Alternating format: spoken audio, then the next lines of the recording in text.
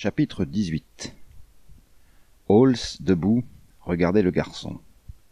Le garçon était assis sur le divan, s'appuyant de côté sur le mur.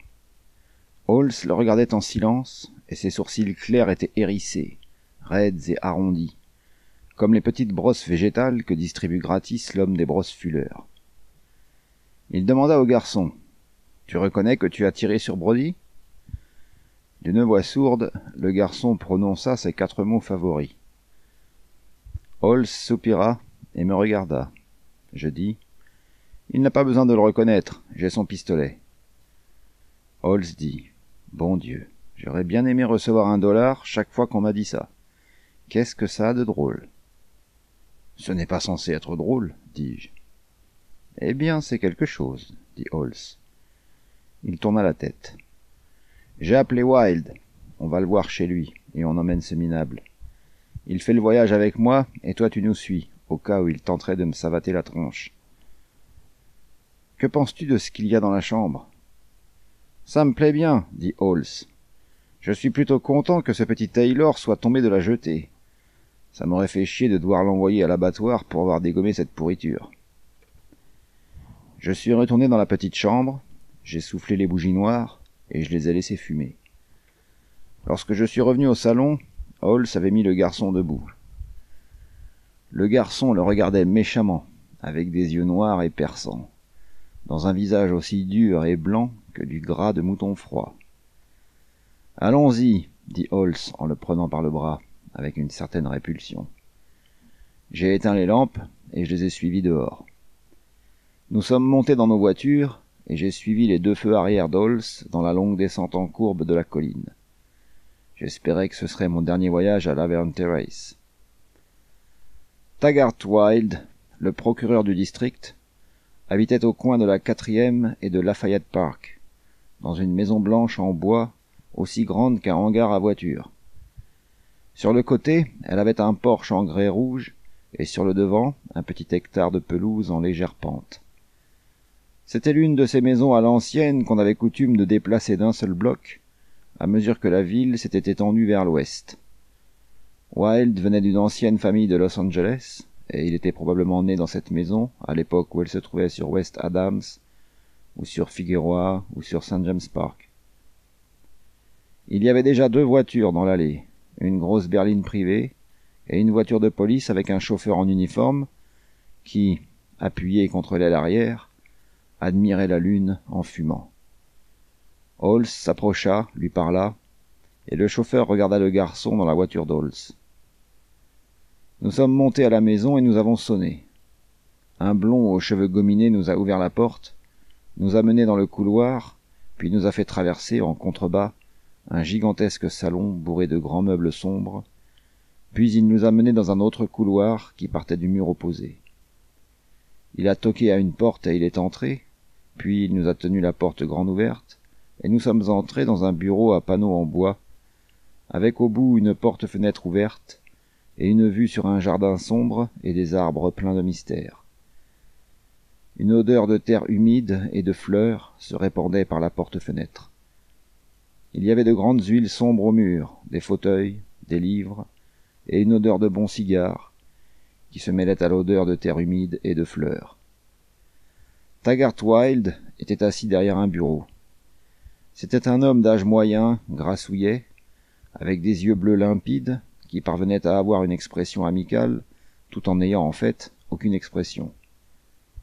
Il avait devant lui une tasse de café noir, et il tenait entre les doigts délicats et bien nets de sa main gauche un fin cigare tacheté. Un autre homme était assis au coin du bureau, dans un fauteuil de cuir bleu. Un homme au regard froid et au visage en lame de rasoir. Un homme aussi maigre qu'un râteau, et aussi dur qu'un directeur d'agence de prêt. À voir son visage propre et bien entretenu, on aurait dit qu'il s'était rasé il y avait moins d'1 heure. Il portait un costume brun bien repassé, et sur sa cravate une perle noire. Il avait les doigts longs et nerveux d'un homme à l'esprit vif.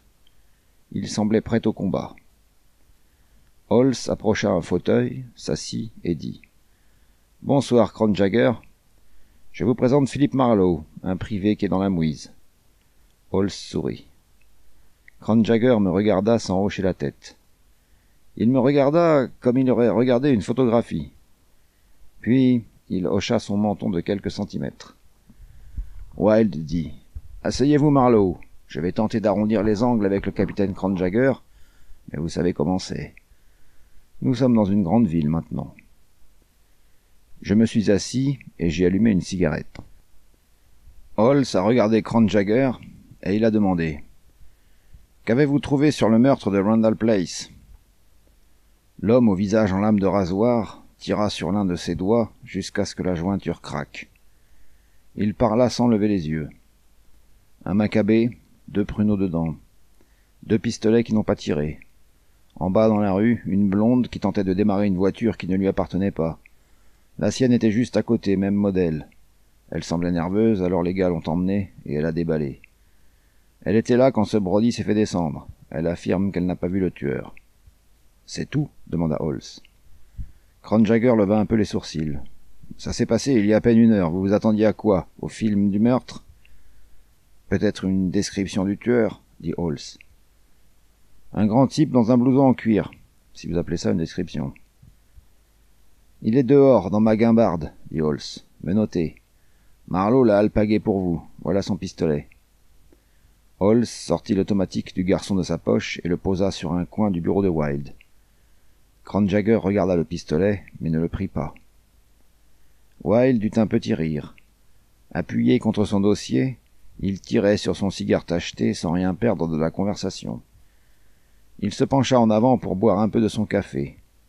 Il sortit un mouchoir en soie de la poche intérieure de son smoking, en toucha ses lèvres, puis le rangea. « Il y a 2 morts de plus dans l'affaire, » dit Holmes, en pinçant la chair tendre du bout de son menton. On vit Kranjagger se raidir. Ses yeux mauvais devinrent des pointes de lumière aciérées. Holmes dit « Vous êtes au courant pour la voiture qu'on a sortie du Pacifique, du côté de la jetée de Lido, ce matin, avec un mort à l'intérieur ?» Kranjagger dit non, sans se départir de son air méchant. Le mort dans la voiture était le chauffeur d'une famille riche, dit Holmes. Quelqu'un faisait chanter la famille au sujet d'une des filles. Monsieur Wilde a recommandé Marlowe à la famille par mon intermédiaire. Marlowe a bossé en sous-marin. J'adore les privés qui bossent en sous-marin sur des meurtres, dit Kranjagger entre ses dents. Rien ne vous oblige à être aussi réservé là-dessus. Ouais, dit Holmes. Rien ne m'oblige à être aussi réservé là-dessus. Je n'ai pas souvent l'occasion d'être réservé envers les flics de cette ville. Je passe la plupart de mon temps à leur dire où mettre les pieds pour éviter de se casser une cheville. Kranjagger blanchit au niveau des coins de son nez effilé. Dans le silence de la pièce, on entendit légèrement siffler son souffle. Il dit très calmement « Vous n'avez jamais eu à dire à l'un de mes hommes où il devait mettre ses pieds, petit malin. »« On verra ça plus tard, » dit Holmes. Ce chauffeur dont j'ai parlé, qui s'est noyé à Lido, il a abattu un gars la nuit dernière, sur votre territoire. Un gars nommé Geiger, qui trafiquait dans le livre porno, et qui tenait boutique sur Hollywood Boulevard. Geiger vivait avec la raclure que j'ai là dehors dans ma voiture. Il vivait avec lui, si vous voyez ce que je veux dire. Kranjagger le regardait calmement maintenant. « On dirait que l'histoire va virer au dégueulasse, » dit-il. Comme la plupart des histoires de police, et je sais de quoi je parle, grogna Holmes, qui se tourna vers moi, les sourcils hérissés. À vous l'antenne, Marlowe, racontez-lui. Je lui ai raconté. J'ai juste passé 2 choses sous silence, dont l'une d'elles, sans trop savoir pourquoi, sur le moment. J'ai passé sous silence la visite de Carmen à l'appartement de Brody, et la visite de Mars chez Geiger dans l'après-midi. J'ai raconté tout le reste exactement comme ça s'était passé. Pendant que je parlais, les yeux de Kranjagger sont restés braqués sur mon visage, et aucune sorte d'expression n'a traversé le sien. Lorsque j'eus fini, il resta parfaitement silencieux pendant une longue minute. Wilde ne disait rien, sirotant son café, et tirant doucement sur son cigare tacheté.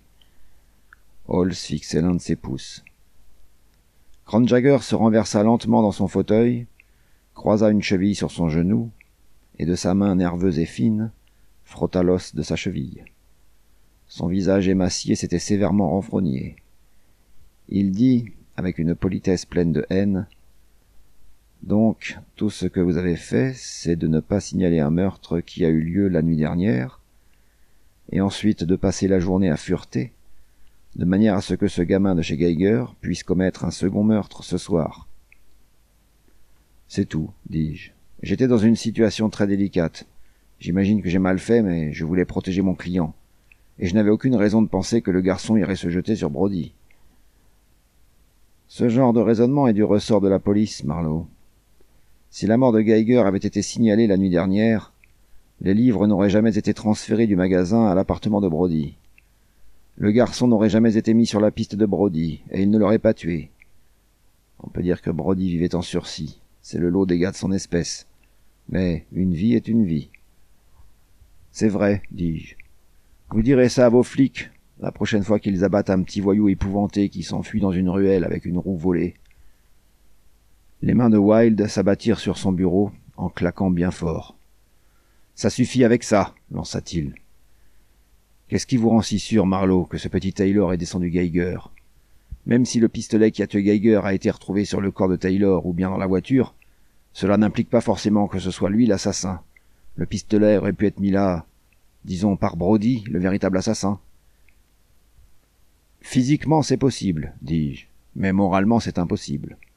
Cela supposerait trop de coïncidences, et trop de choses qui ne sont pas dans le caractère de Brody, ni de sa nana, et qui ne sont pas dans l'esprit de ce qu'il tentait de faire. J'ai discuté longtemps avec Brody. C'était un escroc, mais pas un assassin. Il avait 2 pistolets, mais il n'en portait aucun sur lui. Il cherchait un moyen de prendre sa part sur le trafic de Geiger, dont naturellement il savait tout grâce à la fille. Il m'a dit qu'il surveillait Geiger comme ci comme ça, pour voir s'il était protégé par des gars du milieu. Je l'ai cru. Supposez qu'il ait tué Geiger pour lui prendre ses livres, puis qu'il ait déguerpi avec la photo de Carmen Sternwood à poil que Geiger venait juste de faire, puis qu'il ait placé le pistolet sur Owen Taylor et qu'il ait poussé Taylor dans l'océan du côté de Lido, c'est supposer vachement trop de choses. Taylor avait le motif, la rage du jaloux, et il a eu l'opportunité de tuer Geiger. Il avait pris l'une des voitures de la famille pour sortir, sans en avoir la permission. Il a tué Geiger juste devant la fille, ce que n'aurait jamais fait Brody, même s'il était un assassin. Je ne vois pas quelqu'un ayant un intérêt purement commercial envers Geiger faire ça. Mais Taylor l'aurait fait. Il l'aurait fait rien que pour le coup de la photo à poil. Wilde étouffa un rire et regarda Cronjagger de côté. Cronjagger s'éclaircit la gorge et souffla du nez. Wilde demanda. « C'est quoi cette histoire de corps que l'on cache ? Je ne vois pas à quoi ça rime. » Je dis. « Le petit ne nous a rien dit, mais c'est lui qui a dû le faire.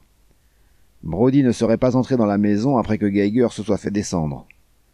Le garçon a dû rentrer chez lui pendant que je ramenais Carmen chez elle. Il a eu peur de la police, bien sûr, étant ce qu'il est. Et il a probablement pensé que c'était une bonne idée de cacher le corps jusqu'à ce qu'il ait retiré ses affaires de la maison. Vu les marques sur le tapis, il l'a traîné en passant par la porte de devant, et il l'a très certainement mis dans le garage. Puis il a empaqueté toutes ses affaires, et il les a emportées. Et un peu plus tard, pendant la nuit, et avant que le corps ne se rigidifie, il a été pris de remords, et il s'est dit qu'il n'avait pas très bien traité son défunt ami. Alors il y est retourné, et il l'a étendu sur le lit. Tout ça n'est que supposition, bien sûr. Wilde acquiesça. Puis, ce matin, il est allé à la boutique comme si de rien n'était, et il a ouvert l'œil, et quand Brody a sorti les livres, il a vu où ils allaient, et il a supposé que quiconque aurait mis la main sur les livres aurait, rien que pour ça, tué Geiger. Il se pourrait même qu'il en savait plus sur Brody et la fille qu'il ne se l'imaginait. Qu'en pensez-vous, Holmes ? Holmes dit. On trouvera bien. Mais ça ne résout pas les problèmes de Cronjagger. Ce qui le ronge, c'est que tout ça s'est passé la nuit dernière, et que c'est seulement maintenant qu'on l'est appelé. Cronjagger dit d'une voix acide. Je pense pouvoir trouver un moyen de m'occuper de ça aussi. Il me lança un regard tranchant, puis regarda immédiatement ailleurs. Wilde fit un geste avec son cigare et dit « Voyons les pièces à conviction, Marlowe. » J'ai vidé mes poches et j'ai déposé le butin sur son bureau. Les 3 reçus et la carte de Geiger adressée au général Sternwood, les photos de Carmen et le carnet bleu avec la liste codée des noms et des adresses. J'avais déjà donné les clés de Geiger à Halls. Wilde examina tout ça en tirant doucement sur son cigare. Halls alluma l'un de ses mini-cigares, et il souffla paisiblement sa fumée vers le plafond. Kronjäger se pencha sur le bureau, et il examina ce que j'avais donné à Wilde. Wilde tapota les 3 billets signés par Carmen et dit « J'imagine que c'était juste un coup de sonde. Si le général Sternwood les avait payés, cela aurait signifié qu'il avait peur de quelque chose de pire. Alors Geiger aurait resserré les taux. Savez-vous s'il avait peur de quelque chose ?» J'ai secoué la tête. « Avez-vous raconté votre histoire dans sa totalité, avec tous les détails nécessaires ?» J'ai laissé de côté quelques points personnels, et j'ai bien l'intention de les laisser de côté, monsieur Wilde. Kronjäger dit « Ah !» et il souffla du nez avec un profond ressentiment. « Pourquoi ?» demanda tranquillement Wilde. « Parce que mon client a droit à cette protection, mis à part devant un grand jury. J'ai une licence me permettant d'exercer en tant que détective privé. Je suppose que le mot « privé » a une signification. La brigade de Hollywood a 2 meurtres sur les bras, tous 2 résolus. Elle a les 2 tueurs. Elle a pour chacune des affaires le motif et le moyen. Le côté chantage se doit d'être étouffé dans la mesure où les noms des parties sont concernés. « Pourquoi ?» demanda à nouveau Wilde. « C'est bon, » dit sèchement Kronjäger. « Nous sommes heureux d'être les faire-valoir d'un privé de son niveau. » Je dis « Je vais vous montrer. » Je me suis levé, je suis sorti de la maison, et je suis allé à ma voiture pour y prendre le livre venant de la boutique de Geiger. Le policier en uniforme se tenait à côté de la voiture d'Halls. Le garçon était dedans, allongé sur le flanc dans un coin. « Il a dit quelque chose ?» demandai-je. « Il a fait une suggestion » dit le flic en crachant. J'ai laissé pisser. Je suis retourné à la maison, j'ai posé le livre sur le bureau de Wilde, et j'en ai ôté l'emballage. Kronjäger était au téléphone à un bout du bureau. Lorsque je suis entré, il a raccroché et s'est assis. Wilde, impassible, feuilleta le livre, le referma et le poussa vers Kronjäger. Kronjäger l'ouvrit, en regarda 1 ou 2 pages et le referma rapidement. 2 taches rouges de la taille d'un demi-dollar étaient apparues sur ses pommettes. Je dis « Regardez les dates tamponnées sur la première page de garde. » Kronjäger ouvrit le livre et les regarda. « Eh bien ?»« S'il le faut, dis-je, je témoignerai sous serment que ce livre provient du magasin de Geiger. La blonde, Agnès, avouera quelle sorte de trafic on faisait dans le magasin. Il est évident pour quiconque a des yeux que ce magasin n'est que la façade de quelque chose d'autre. Mais la police de Hollywood a laissé faire, pour ses propres raisons. Je pense que le grand jury voudra savoir quelles étaient ces raisons. » Wilde sourit. Il dit « Effectivement, les grands jurys posent parfois de ces questions embarrassantes. Vaine tentative de découvrir pourquoi les villes sont gérées comme elles le sont. » Soudain, Kronjäger se leva et mit son chapeau. « Je suis seul contre 3 ici, lança-t-il. Je travaille aux homicides, et je m'en tape de savoir si ce Geiger était dans la littérature indécente. Mais je suis prêt à admettre que ça n'arrangerait pas du tout ma brigade qu'on trouve ça dans les journaux. Alors que voulez-vous, les gars ?» Wilde regarda Halls. Halls dit calmement « Je veux vous remettre un prisonnier. Allons-y. » Il se leva. Kronjäger le regarda d'un air féroce et sortit de la pièce à grandes enjambées. Halls le suivit. La porte se referma. Wilde pianota sur son bureau, et il me fixa de ses yeux bleus limpides. « Vous devriez comprendre comment n'importe quel flic se sentirait face à une telle dissimulation, dit-il. Vous serez bien obligé de faire des déclarations sur tout ça, ne serait-ce que pour les archives. Je pense qu'il sera possible de garder les 2 meurtres séparés et d'en exclure le nom du général Sternwood. Savez-vous pourquoi je ne vous arrache pas l'oreille ? » ?»« Non, je m'attendais à ce que l'on m'arrache les 2 oreilles. »« Combien touchez-vous pour tout ça ? » « 25 $ par jour plus les frais. » »« Cela vous fait donc, jusqu'à présent, 50 $ et un peu d'essence. »« Oui, environ. » Il pencha la tête de côté et caressa le dessous de son menton du dos de son petit doigt gauche. « Et c'est pour cette somme d'argent que vous voulez vous mettre à dos la moitié de la police du comté? Je n'aime pas ça, dis-je. Mais bordel, qu'est-ce que je dois faire? Je suis sur une affaire. Pour gagner ma vie, je vends ce que j'ai à vendre, avec le peu de courage et d'intelligence que le Seigneur m'a donné, et une certaine résignation à me faire malmener pour protéger un client. C'est contre mes principes d'en dire autant que je l'ai fait ce soir, sans consulter le général. Et en ce qui concerne la dissimulation, j'ai moi-même travaillé dans la police, comme vous le savez. De la dissimulation, on en trouve à tire-larigot dans toutes les grandes villes. Lorsqu'un étranger à la brigade essaye de cacher quelque chose, les flics se montrent très pressants et très emphatiques. Mais ils font eux-mêmes la même chose, tous les autres jours, pour rendre service à leurs amis, ou à quiconque ayant un peu d'influence. Et ce n'est pas fini pour moi, je suis toujours sur l'affaire. Je referai la même chose s'il le fallait. À condition que Cronjagger ne vous retire pas votre licence, dit Wilde en souriant. Vous avez dit que vous avez laissé de côté quelques points personnels. De quelle importance, ces points personnels?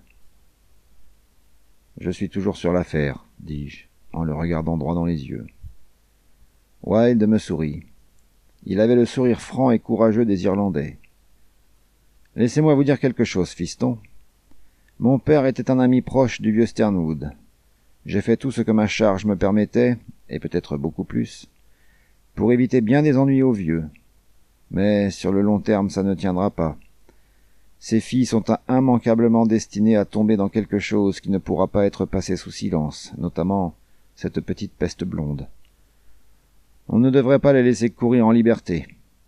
J'en veux aux vieux pour ça. J'imagine qu'ils ne réalisent pas ce qu'est devenu le monde. Et il y a une autre chose que j'aimerais mentionner, pendant que nous parlons d'homme à homme et que je n'ai pas à vous engueuler.